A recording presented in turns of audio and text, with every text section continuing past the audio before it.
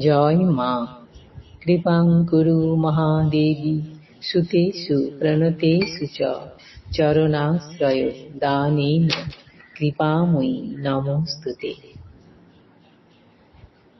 স্বামী পূর্ণাত্মানন্দ মহারাজের লেখা চিরন্তনী সারদা নামক গ্রন্থ থেকে আমাদের পাঠ চলছে মাতা ঠাকুরানী স্বামী বিবেকানন্দ ও ব্রহ্মানন্দের দৃষ্টিতে।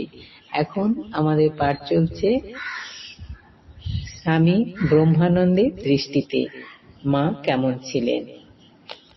আজ দ্বিতীয় দিন পাঠ হচ্ছে।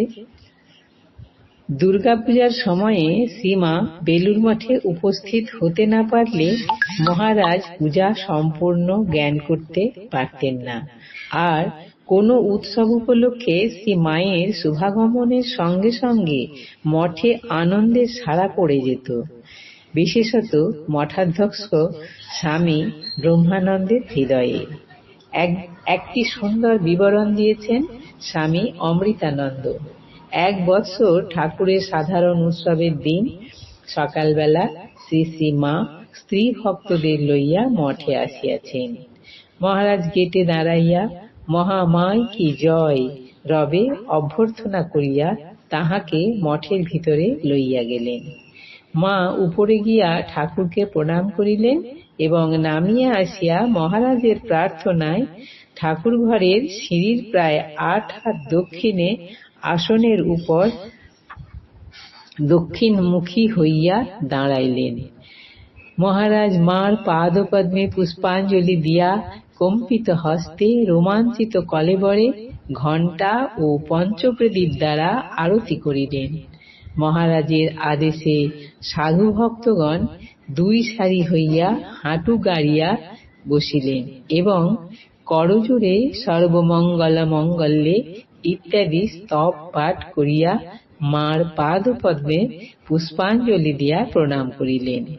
মা তখন চিত্রার্পিতের ন্যায় দাঁড়াইয়া মুখের ঘুমটা খানিকটা উপরে উঠিয়াছে। মহারাজ তাহার সম্মুখে করজোড়ে পূর্বাশ্র হইয়া হাঁটু গাড়িয়া বসিয়া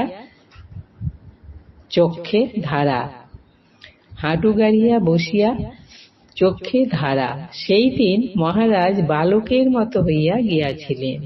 3টার সময় দেখা গেল বহু লোক উপরে উঠিবার চেষ্টা করিতেছে, আর তিনি 2 হাতে তাহাদিগকে আটকাইতে গিয়া গলদঘর্ম হইতেছেন ও বলিতেছেন, না না, যেতে দেওয়া হবে না, মার কষ্ট হবে।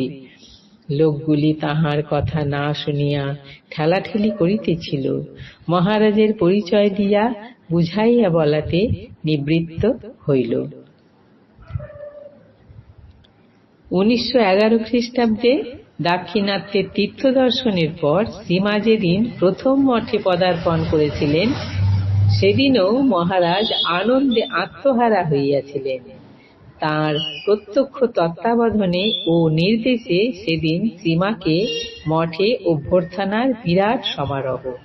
এ সম্পর্কে স্বামী গম্ভীরানন্দ লিখছেন, মঠের প্রবেশদ্বারে মঙ্গলঘট ও কদলী বৃক্ষ স্থাপিত হইল এবং পথের উভয় পার্শ্বে শতাধিক ভক্ত শ্রেণীবদ্ধ হইয়া করজোড়ে দাঁড়াইলেন।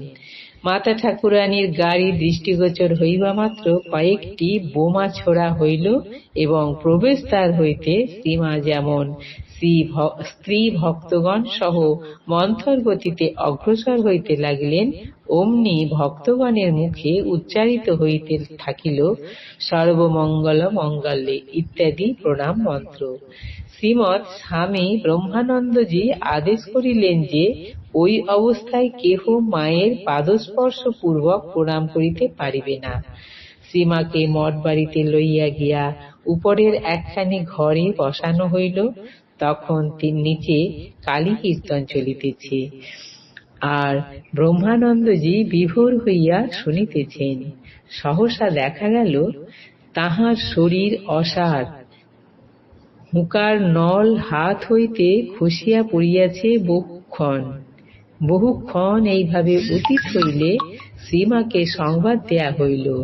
তিনি ব্রহ্মানন্দজির কানে একটি মন্ত্র শুনাইতে বলিলেন। উহাতে আশ্চর্য ফল ফলিল।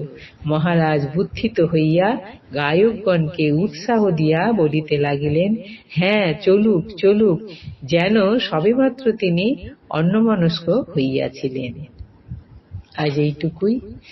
জননীং শারদাং দেবীং রামকৃষ্ণং জগদ্গুরুং পাদপদ্মে তয়োঃ স্থিত্বা প্রণমামি মুহুর্মুহুঃ।